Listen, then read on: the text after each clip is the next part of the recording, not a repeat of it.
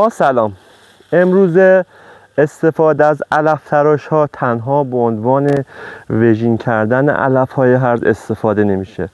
ما میتونیم با استفاده از چند تا الحاقی علف تراش رو به یک وسیله اقتصادی و بسیار کاربردی تبدیلش کنیم. تا آخر ویدیو با ما باشید. الحاقیه هایی که برای علف تراش استفاده میشه شامل 1 الحاقیه شمشاد زن، 2 الحاقیه پمپ آب، 3 الحاقیه روتیواتور، 4 الحاقیه شاخه بر و 5 هم الحاقیه کنار بر.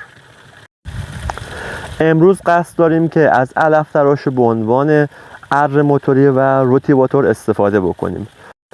برای استفاده از روتیواتور در علف تراش ما باید 3 نکته رو مد نظر داشته باشیم. مورد اول انتخاب علف تراش با کیفیت و با قدرت.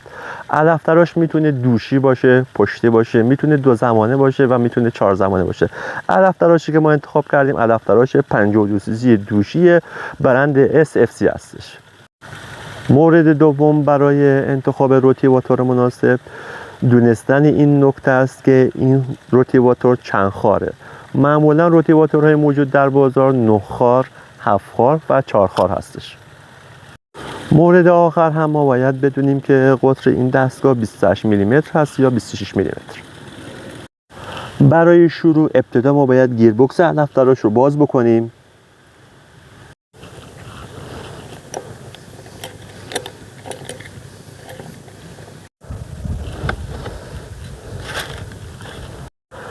دستگاهی که ما انتخاب کردیم دارای 9 خار و قطر لوله 26 میلیمتر هستش.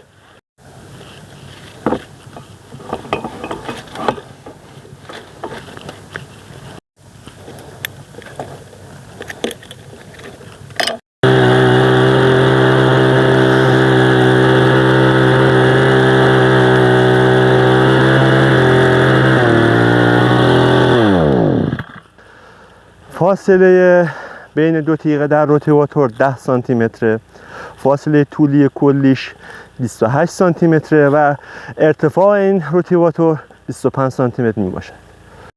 برای استفاده از الحاقی اره ابتدا ما باید داخل منبع رو روغن بریزیم.